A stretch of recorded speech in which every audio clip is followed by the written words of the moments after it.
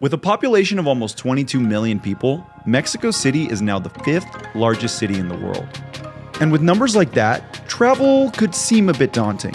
But at the same time, 22 million people means 22 million opportunities for the perfect bite. So join us on this 3-part series documenting some of the incredible places we got to eat at during our visit to Mexico. From street-side tacos to high-end posh restaurants and even a trip to the 6th best bar in the world. Let's waste no more time and jump into the cultural capital that is Mexico City. Arriba, abajo, pa'l centro, adentro is one of the many, many Mexican drinking chants. Having discovered the agave plant in 250 AD, Mexicans, or at that time, Aztecs, have had a long and rich history with alcohol. Much like the plate, the modern cocktail is just another canvas for Mexico to celebrate its culture. So come celebrate with us and ride along on this Tour de Tequila of Mexico City. Now, this is all leading up to what is now the 4th best bar in the entire world. This bar is honestly one of the most spectacular locations in all of Mexico City. But these next few bars especially are not as much about the cocktails as they are about the atmosphere. So the first bar I want to highlight is Supra. This place is the epitome of quote-unquote vibes. And I do really hate that word, but I mean, look at this view. It's absolutely stunning. Accessed by the garage of this bland corporate building, Supra quickly transforms into a paradise after a short elevator ride. The dark and groovy entryway rapidly open up into a lush utopia of chill. We got lucky and got to sit at a bar by the window. But wherever you end up, you are guaranteed to have an amazing view of the city with its 360-degree glass walls. I ended up ordering the red Angustofila, consisting of mezcal, Aperol, passion fruit, cranberry, and a hint of rosemary. Championing itself by the tagline, a celebration of life itself, Supra is a cultural destination designed to be a full sensory experience. Or at least, this is what their website says. With a live DJ easing you into the experience, Supra offers a surprisingly large amount of drink variety, with 30 signature and 100 different spirits, both by the glass and the bottle. Wines, beers, and even offering hookahs, Supra is an absolute no-brainer when visiting Roma Norte. Now, I hope that when visiting Mexico City, one of the places you visit is El Zócalo, the center of Mexico's political, religious, and cultural attitudes. It's an incredible mix of people all gazing upon Mexico's highest treasures. Once known as the main ceremonial center in the Aztec city of Tenochtitlan, El Zócalo is home to the National Palace, the Mexican Grand Cathedral, and the Aztec ruins of El Templo Mayor de Tenochtitlan. And this is just hitting the surface. I mean, you absolutely should venture down there, and while we're here, I need a drink. So let's go to the closest rooftop bar, El Mayor. A restaurant and bar with a terrace overlooking the ruins of Tenochtitlan itself, El Mayor aims to combine its pre-Hispanic and colonial roots with a modern world in a cozy environment. But to be honest, we're here to drink, and quite honestly, it's your run-of-the-mill bar. We sat down during a calm part of the day. Perhaps it was too early to sit down at the bar, but it's vacation, okay? Settle down. Seriously though, this place is one of the best locations to get a view of the ruins and enjoy some fresh air. Maybe take a break from the crowds, have a beer, margarita, or a glass of wine. Soak in the culture around you, and as a plus, it turns into a wonderful restaurant later in the day. Now, the last atmospheric bar I want us to visit is called Antipico.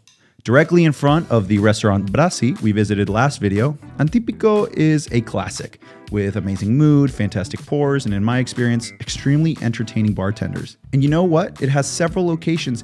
Even a location in the city of Dallas has an Antipico. So, if you live in Dallas, go check it out. Who's taking care of us? Now, we hit this bar early in our trip and thus led to many, many, many shots of mezcal and tequila. After ordering my first drink, the Mexican Power, I was delighted and quite honestly intrigued by the cricket that came sitting atop my cocktail. And I'm being completely honest when I say I loved these. They were small, crunchy, and salty, and soon our bartender had convinced me to order a whole batch. Realization of this trip, crickets are good. They were free, by the way. So it might not be completely atmospheric, but if you want to eat some crickets, this place truly rocks. So good. All right, cool. We've hung out, we've chilled, we've sightseen, it's nighttime. It's time to hit the party bars. Arriba, abajo, al centro, Now, who doesn't like dancing? And I know there's tons of clubs and dance halls in Mexico City, but I wanted to highlight one called Mama Rumba. This incredible little Cuban club we found ourselves at late at night. For a group of mostly white millennials who can't dance cumbia for shit, I mean, look at us. We had a blast at Rumba. Upon arrival, we were told, "It's fully full tonight. You'll have to buy a table if you want to sit down. But hey, at least it comes with a bottle." To which I responded, "How much is a bottle?" That's right, $17. $17 for a table and a full bottle of Patron, which made my little American heart jump for joy. And I mean, we jumped right in. Live music to which we knew none of the words, group dances to which we knew none of the steps, but everyone was so friendly and upbeat, willing to coach us through every move.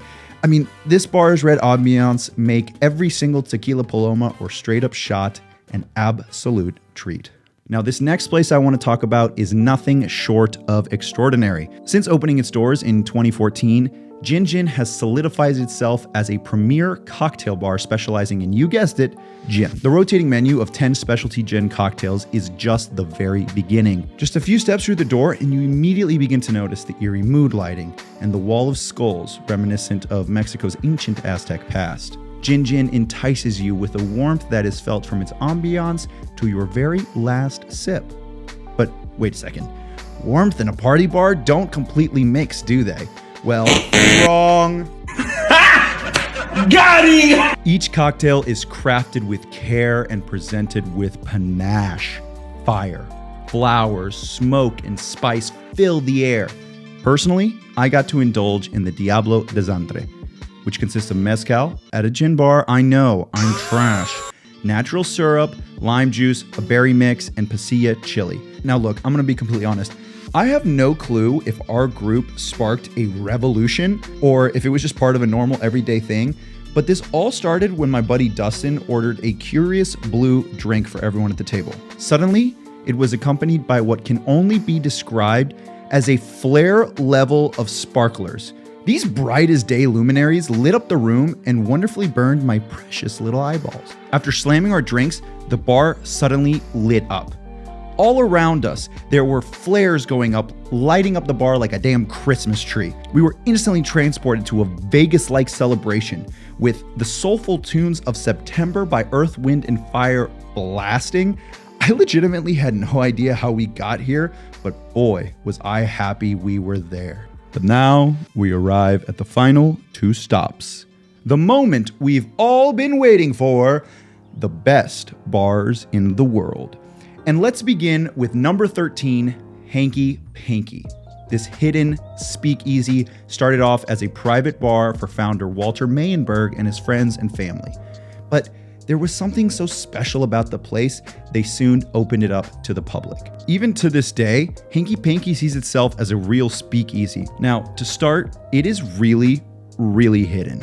I mean, the hipsters over there won't even disclose its address on their website.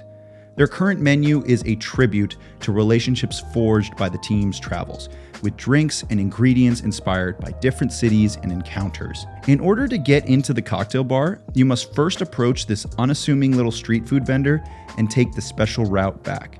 Once situated, you are overwhelmed with coziness, and the hospitality and the warmth of the servers is complemented by the intimate quarters of the establishment. I mean, you get a feeling like you've been here a dozen times and that you know everyone at the bar. It sounds kind of weird, but to me, it felt like the bar from Friends or like How I Met Your Mother, you know? But after taking a look at the menu, I got the tequila drink. How adventurous of me, I know. The Aranda Sunset was made of tequila blanco, orange and lime juice, tropical Tisane cordial, and tonic water. Named after the city of Arandas in Jalisco, Mexico, the drink was simple, but it was so well balanced that you could taste every ingredient dancing across your tongue like a well-choreographed stage play. Their ever-changing menu is bound to be different each time you visit, making this a definitive stop in Mexico City. Now, let me fill you in on perhaps the greatest cocktail I've ever had the pleasure to enjoy, at none other than the 4th best bar on this entire planet, Licoreria Limantur. Nestled in La Colonia Roma, this bar is perfect. And I hate to use that word, but it just got everything right. Atmosphere, service, and oh yeah, their drinks. Licoria Limantur refuses to tread water over the years and is well deserving of this year's Remy Martin Legend of the List Award, and it was named the best bar in North America for the second consecutive year. Now, let's dive into the experience. With many places that are held at such a high esteem, it all boils down to the actual drink. For me personally, the most gorgeous bar that offers trash drinks is trash. But the moment I took a sip of my first drink here, I was blown away. Licoria Limantur has an ever-changing menu, but here's what it looked like when we visited. Check it out. Maybe there's something that draws your eye. In early 2022, the team at Limantur opened the pages to their drink list to the creativity of 6 international bartenders, from Julio Cabrera of Café La Trova in Miami and Dario Scavoni of the Bulgari Bar in Dubai. Rustling through the pamphlet of options, each crediting their own respective creators, I ended up settling on the Habanero from Jose Luis Leon. Fino Sherry Tio Pepe, Habanero, Mango, and Soda, that's it. Now, Tio Pepe Sherry is known as the driest and palest form of sherry on the market, so you would think that such extremes would be incredibly hard to balance. But expertly done, the sweetness and spice mixed in with the dryness of the sherry, but blended in with some of the light bubbles from the soda, made such a distinct and unique flavor. I can literally taste it as I'm writing this. I was in awe, and that's just the start. For my next drink, You're joking. Not another one?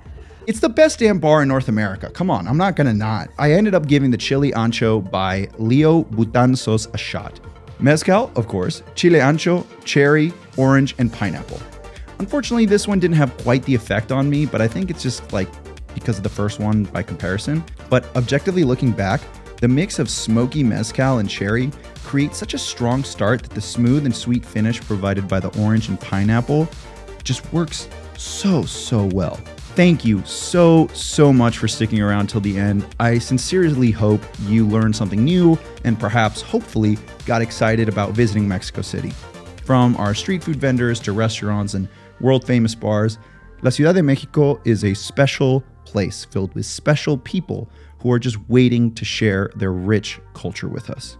Remember to like and subscribe, be on the lookout for the next adventure, and remember, if you're gonna add sauce, sauce it up.